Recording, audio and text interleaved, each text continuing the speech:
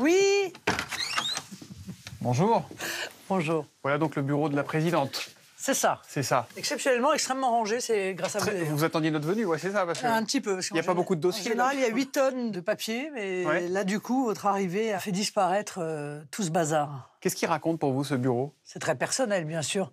Un bureau tel que celui-là, beaucoup plus personnel que celui que je peux avoir à l'Assemblée nationale, où je ne suis présente que depuis 2 ans. Ouais. Personnel, vous n'aimez pas trop parler de vous comme ça, ce qu'on va faire là? J'aime pas trop. Je vous sens pas très à l'aise. Pourquoi? Je sais pas, parce que je suis pudique. Il y a quand même votre amoureux, là, je vois. Ah bah oui, Ouais. c'est normal. C'est les enfants, là, aussi, là, sur... C'est les enfants, mais venez. ils étaient tellement petits qu'on aurait du mal à les reconnaître maintenant. Oui. Ma fille aînée, en bas, Jeanne, et mes jumeaux, Louis et Mathilde, qui ont maintenant 20 ans pour les jumeaux et 21 ans pour ma fille aînée. Je vois vos enfants, mais je vois pas votre père, pour le coup, en photo. Si, bah vous avez tort, il est là, regardez. Il est où? On est là tous les deux. Ah, il est là, en petit. De dos? Oui. Ah oui. J'aime beaucoup cette photo. Pourquoi? Parce qu'elle dit plus, je trouve, en termes de complicité père-fille, que les milliards de photos politiques qu'on peut avoir ensemble. Là, c'est un père et une fille. Mais on sait qu'il y a eu toutes les difficultés politiques que vous avez rencontrées. La politique s'est mise entre vous, quand même. Moi, je suis née, la politique m'a précédé, si je puis me permettre, a précédé ma naissance, quand même. Donc, on ne peut pas dire que la politique s'est mise entre nous. Est-ce que vous avez souffert pendant cette période ou pas? Bien sûr. J'ai énormément souffert, mais ce sacrifice, qui était le sacrifice de cette relation, elle était absolument nécessaire parce que, voilà, à un moment donné, j'ai considéré qu'il en allait de l'avenir de notre mouvement. Est-ce que ce nom de Le Pen ne vous a pas conduit, malgré vous, vers la politique? Est-ce que vous avez eu le choix de votre vie? En réalité, quand on s'appelle Le Pen, la question n'est pas de savoir ce que vous voulez faire, la question est de savoir qu'est-ce qu'on va vous laisser faire. Est-ce que Marine Le Pen aurait pu être à la place de Thomas Soto? Pourquoi pas? Non, vous le savez très bien. Non, vous le savez très bien que jamais je n'aurais pu trouver une place de journaliste où que ce soit. Il ne faut pas se raconter d'histoire. Donc, c'est vrai que ça a influé sur les choix qui ont été les miens. Et quand vous voyez votre nièce qui enlève le Pen de son nom, Marion Maréchal? Oui, c'est-à-dire qu'il y a une cohérence dans ce qu'elle fait. En fait, elle est entrée en politique, elle a rajouté le nom de Le Pen. Elle est sortie de la politique, elle a retiré le nom de Le Pen. Elle est sortie de la politique? Oui, elle est sortie de la politique électorale. Elle fait de la métapolitique, elle est dans l'enseignement. Mais c'est assez cohérent, sa démarche. Et vous aimeriez qu'elle y revienne un jour, peut-être plus tard, dans quelques années? Mais moi, je ne veux rien pour Marion qu'elle ne veuille elle-même. Et dans l'intimité, dans le rapport tante-nièce, vous avez été toujours assez proche. Qu'est-ce que vous lui dites? Mais j'ai rien à lui dire. C'est froid, ça, Marine Le Pen? Non, c'est très respectueux. Il n'y a pas de conseils à donner. C'est un choix qui est un choix intime et personnel. Je lui donnerais des conseils si je pensais qu'elle ne savait pas ce que c'est que la vie politique. Mais elle sait pertinemment ce que c'est. J'ai donc pas de conseils à lui donner. Le seul conseil que je peux lui donner, c'est écoute ton cœur. Qu'est-ce que vous avez sous la main là, que vous caressez depuis tout à l'heure? Ah non, mais ça c'est mon ancienne vie. J'arrive pas véritablement à rompre. Vous voyez, j'ai encore ma robe d'avocat qui ne m'a jamais quittée en fait. Vous permettez? J'ai jamais véritablement quitté la profession d'avocat. Je reste une... Il y a une nostalgie? Pas une nostalgie, mais un moment de ma vie que j'ai beaucoup aimé. Quand vous vous dites j'en ai marre, la politique, ça me fatigue, ça vous arrive ça déjà ou pas? Il peut arriver parfois d'avoir des moments de découragement. Ça passe pas la nuit en général. Ça, c'est bon signe. Ce qu'il faut pas, c'est se réveiller un matin en se disant... J'ai toujours pas envie. En fait, j'ai vraiment... C'est ça. Qu'est-ce que vous feriez alors si demain, pour le coup, si votre lassitude passait la nuit et que demain matin, vous réveillez en disant voilà, je veux plus, je veux faire autre chose? Je ferais un élevage de chats.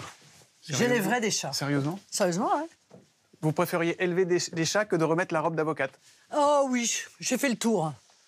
Donc c'est vrai, c'est pas une légende, Marine Le Pen et ses chats? Ah non, c'est pas une légende. Elle va avoir des petits. Elle s'appelle comment? Jazz. Demain, après-demain. Donc je suis sur le qui-vive. C'est-à-dire que si, par exemple, j'ai un coup de téléphone là, qui me dit la mise-bas a commencé, je plaque tout, je vous dis au revoir. Si, admettons, là, vous avez un rendez-vous là, tout de suite. Chez le président de la République. Mais j'ai tout prévu. J'ai un meeting dimanche, je leur ai dit, si dimanche elle n'a pas accouché, je ne serai pas au meeting.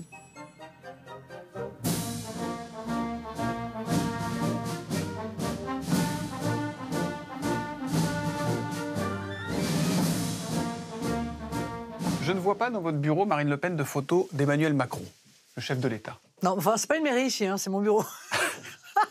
Donc, bon, non, il n'y a pas de photo d'Emmanuel Macron, non. Est-ce que l'Élysée, c'est aussi votre rêve absolu? Est-ce qu'il y a une dimension onirique dans tout ça? Je sais pas, parce que quand vous me dites rêve absolu, on a le sentiment que c'est un rêve personnel. Moi, je ne fais pas partie des gens qui vous expliquent qu'à 5 ans, ils voulaient être président de la République, d'accord?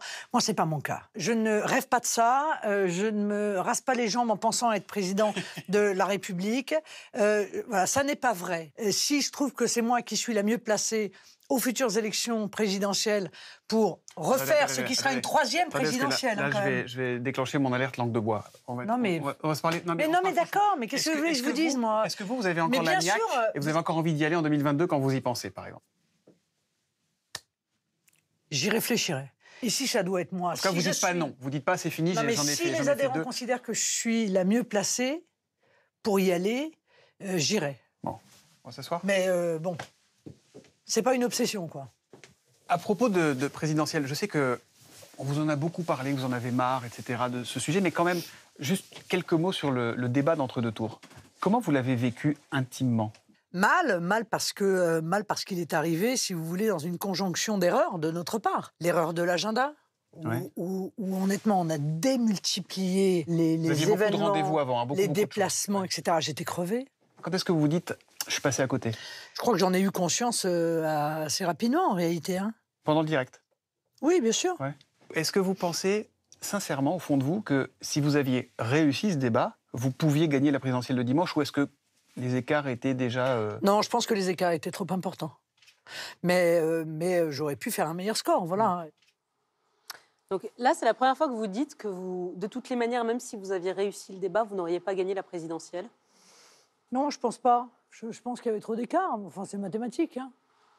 Et là, vous pensez que si la présidentielle avait lieu dimanche, l'écart, le plafond de verre, comme on dit, pourrait...